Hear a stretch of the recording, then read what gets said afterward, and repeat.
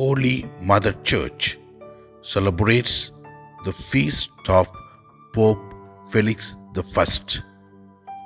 His dogmatic letter affirming Christ's unity is well appreciated.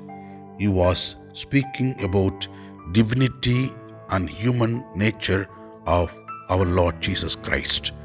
He contributed a lot for the well-being of the Church. Let us pray for our Pope, cardinals, bishops, religious, and the lay people, that we all may trust in Jesus, live for Jesus, and experience miracles in our life. May Pope Felix I intercede for the world. Lord Jesus, whenever we come to you with deep faith and confidence, you hear our prayers. Bless all the families all over the world, especially families which are going through difficulties and tensions. May you touch them, heal them, and give them what they need for their life.